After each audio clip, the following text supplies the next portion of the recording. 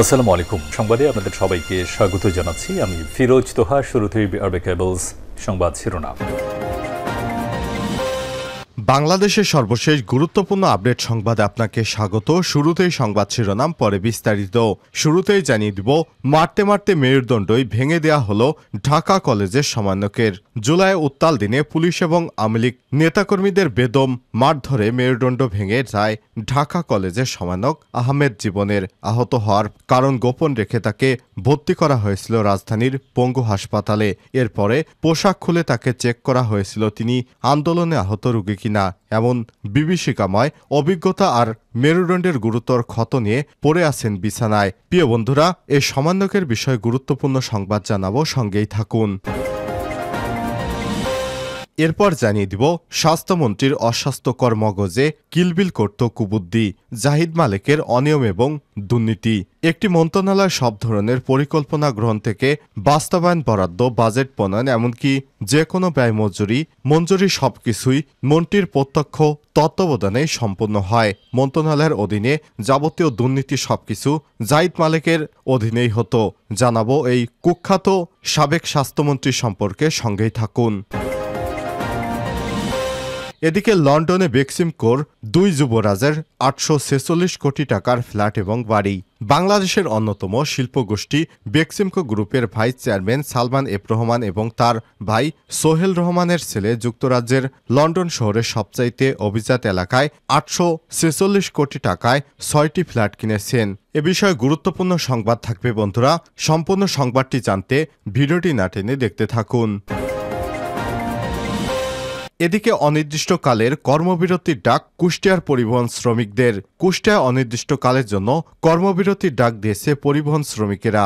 আর সকাল ৬টা থেকে এই কর্মবিরতি শুরু হয়েছে। জেলা পরিবহন শ্রমিকেরা এতে সমর্থন জানিয়েছেন জেলার পরিবহন মালিক সংগঠনগুলো। এতে অভ্যন্তরীণ রুটে বাস বন্ধ থাকলেও শুধু শুক্রবার ঢাকাগামী বাস চলাচল করবে।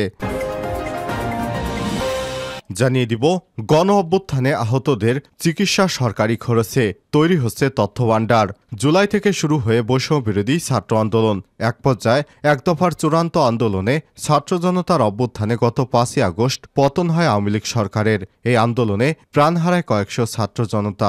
আহত হয়ে ১৮,০০০-এর বেশি মানুষ চিকিৎসা নেন দেশের সরকারি বেসরকারি হাসপাতালে। আহতরা এখনও কাতরাচ্ছেন হাসপাতালের বেডে। এদেরকে সরকারি খরচে চিকিৎসা দেয়া হবে। এ কারণে সরকারি উদ্যোগে তৈরি হচ্ছে তথ্যভাণ্ডার এবং ফান্ড। এবং সর্বশেষ জানিয়ে দিব, সেনাবাহিনীর অভিযানে সিকিবিতে দেশীয় অস্ত্র এবং মদের বোতল উদ্ধার। সিলেট কৃষি বিশ্ববিদ্যালয়ের বিভিন্ন আবাসিক হলে অভিযান চালিয়ে বিপুল অস্ত্র এবং মদের বোতল উদ্ধার করেছে সেনাবাহিনী। বৃহস্পতিবার ৫ই সেপ্টেম্বর বিকাল ৩টা থেকে ৬টা পর্যন্ত বিশ্ববিদ্যালয়ের ৫টি আবাসিক হলে অভিযান চালিয়ে বিপুল অস্ত্র এবং মদের বোতল উদ্ধার করা হয়। বিষয়টি কালবেলাকে নিশ্চিত করেছেন সিলেট কৃষি বিশ্ববিদ্যালয়ের প্রক্টর অধ্যাপক মোজাম্মেল হক। বিশ্ববিদ্যালয়ের সূত্র থেকে জানা গেছে, বৃহস্পতিবার বিকেলে বিশ্ববিদ্যালয়ের শাহপরান বঙ্গবন্ধু শেখ মুজিবুর রহমান, হুমায়ুন রশিদ চৌধুরী, আব্দুস সামাদ আজাদ হল এবং শাহ এএমএস কিবরিয়া হলে অভিযান চালিয়ে সেনাবাহিনী এগুলো উদ্ধার করে। সিলেট কৃষি বিশ্ববিদ্যালয়ের প্রক্টর অধ্যাপক মোজাম্মেল হক কালবেলাকে বলেন, বিশ্ববিদ্যালয়ের ৫টি আবাসিক হলে অভিযান চালিয়ে সেনাবাহিনী এ সময় উদ্ধার করেছে ১২০টি রামদা, ১৫০টি মদের খালি বোতল, ১.৫ শতাধিক লোহার পাইপ, ১৬টি হেলমেট উদ্ধার করা হয়েছে। কাউকে আটক করা হয়নি। অভিযানে উপস্থিত ছিলেন সেনাবাহিনীর ওয়ারেন্টেড অফিসার সোহরাব, বিশ্ববিদ্যালয়ের প্রক্টর অধ্যাপক মোজাম্মেল হক, ছাত্র পরামর্শ এবং নির্দেশনা দপ্তরের পরিচালক অধ্যাপক এমদাদুল হক এবং বিভিন্ন হলের প্রভোস্টরা। প্রিয় দর্শক, এতক্ষণ শুনছিলেন সংবাদ শিরোনাম, এবারে বিস্তারিত। তবে তার আগে বন্ধুরা, অনুরোধ থাকবে এই সংবাদটিতে একটি লাইক দিন। এই চ্যানেলে আপনি নতুন হয়ে থাকলে আমাদের সংবাদটি দেখতে দেখতে চ্যানেলটি সাবস্ক্রাইব করে রাখুন। কমেন্ট করে আপনার মূল্যবান মতামত জানিয়ে দিন বন্ধুরা, আপনি বিশ্বের কোন দেশ থেকে বা বাংলাদেশের কোন স্থান থেকে আমাদের সংবাদটি দেখছেন এবং শুনছেন। এবারে বিস্তারিত। মারতে মারতে মেরুদণ্ডই ভেঙে দেওয়া হয় ঢাকা কলেজের সমন্বয়কের। জুলাইয়ের উত্তাল দিনে পুলিশ এবং আওয়ামী লীগ কর্মীদের বেদম মার ধরে মেরুদণ্ড ভেঙে যায় ঢাকা কলেজের সমন্বয়ক আহমেদ জীবনের। আহত হওয়ার কারণ গোপন রেখে তাকে ভর্তি করা হয়েছিল রাজধানীর পঙ্গু হাসপাতালে। এরপরও পোশাক খুলে তাকে চেক করা হয়েছিল তিনি আন্দোলনে আহত রোগী কিনা এমন বিভীষিকাময় অভিজ্ঞতা আর মেরুদণ্ডের গুরুতর ক্ষত নিয়ে পড়ে আছেন বিছানায়। ঢাকা কলেজ থেকে অনার্স মাস্টার্স পাশ করা আহমেদ জীবন সরকারি চাকরির বয়স শেষের দিকে, তাই কোটা বৈষম্য দূর করার দাবিতে নেমেছিলেন রাজপথে। কিন্তু সেই পথের মাঝেই তার মেরুদণ্ড ভেঙে দিয়েছে পুলিশ এবং আওয়ামী লীগের কর্মীরা। এ সময় আহমেদ জীবন বলেন, ধা পাল্টা দেওয়ার মধ্যে কিছু জুনিয়রদের রক্ষা করতে গিয়ে আমি ঝামেলার মধ্যে পড়ে যাই। এক পর্যায়ে আমি মাটিতে লুটিয়ে পড়ি। এ সময় পুলিশ এবং ছাত্রলীগ ও যুবলীগের কর্মীরা লাথি মারতে থাকে। পরে হাত দিয়ে মাথা রক্ষা করি, কিন্তু তখন তারা পিঠে খুব জোরে জোরে হাতুড়ি দিয়ে আঘাত করে। পরে এমআরআই রিপোর্ট আসার পরে বুঝতে পারি আমার মেরুদণ্ড ভেঙে ফেলা হয়েছে। উত্তাল 18 জুলাই রাজধানী সায়েন্স ল্যাব এলাকায় গুরুতর আহত হওয়ার পর জীবন ভর্তি হয়েছিলেন পঙ্গু হাসপাতালে, কিন্তু সেখানে গ্রেপ্তার এড়াতে গোপন রাখতে হয়েছে আহত হওয়ার কারণ। আহমেদ জীবন বলেন, হাসপাতালে বলা হয়েছে তাড়াহুড়ো করে সিঁড়ি দিয়ে ওঠার সময় পড়ে গেছি। এছাড়াও সেখান থেকে বের হয়ে আবার যে কোথাও যাব সেখান থেকে তারা বের হতে দিচ্ছিল না, কারণ তারা বারবার প্রশ্ন করছিল আমি কিভাবে আহত হয়েছি, কোথায় আহত হয়েছি। একটা স্বাধীন দেশে আমার কাপড় খুলে দেখা হয় শরীরে পুলিশের আঘাতের চিহ্ন আছে কিনা বা গুলিবিদ্ধ আছে কিনা। যদি এমন কিছু হয় তাহলে আমাকে রিলিজ দেবে না প্রশাসনের অনুমতি ছাড়া। কিন্তু কষ্টের বিষয় হচ্ছে আমাকে দেখার জন্য 4 দিনের মধ্যে মাত্র একদিন ডাক্তার এসেছিলেন। স্বাস্থ্যমন্ত্রীর অস্বাস্থ্য কর্মগোজে কিলবিল করত কুবুদ্ধি। একটি মন্ত্রণালয় সবকিছু নিয়ন্ত্রণ করতেন তিনি।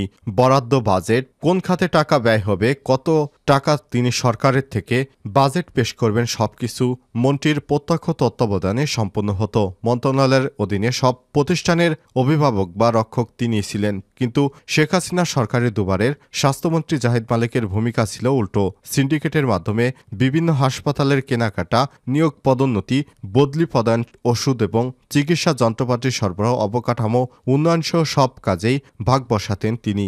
মন্ত্রিত্বকে আখের গোছানোর হাতিয়ার বানিয়ে শত শত হাজার হাজার কোটি টাকা মালিক হয়েছেন জাহিদ মালিক। করোনাকালে টিকা, টেস্ট কিট, নকল মাস্ক বানিয়ে এবং ভুয়া আমদানি দেখিয়ে সিন্ডিকেটের মাধ্যমে হাজার হাজার কোটি টাকা আত্মসাতের অভিযোগ রয়েছে সাবেক এই মন্ত্রীর বিরুদ্ধে।